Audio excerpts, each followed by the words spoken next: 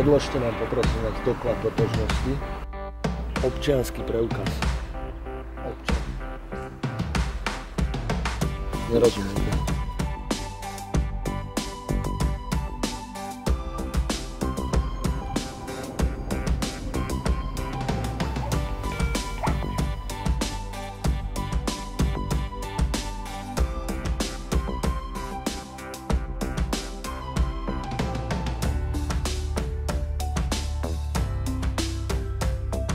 Dobrý deň, mestská polícia.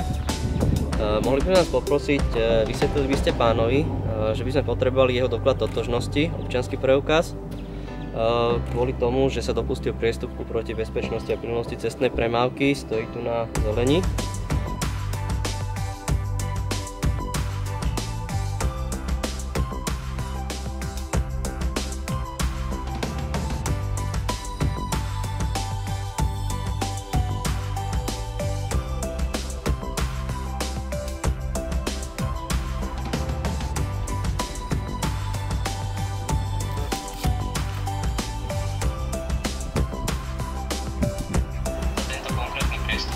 Si je vedomý priestupku, môže byť na mieste riešený až do výšky 50 eur.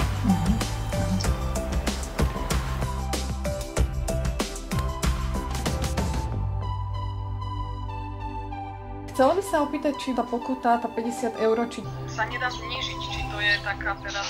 To je sankcia, za ktorú môže byť riešený maximálne. Ja momentálne na mieste ukladám pokutu o výške 20 eur. Pokiaľ je ochotný.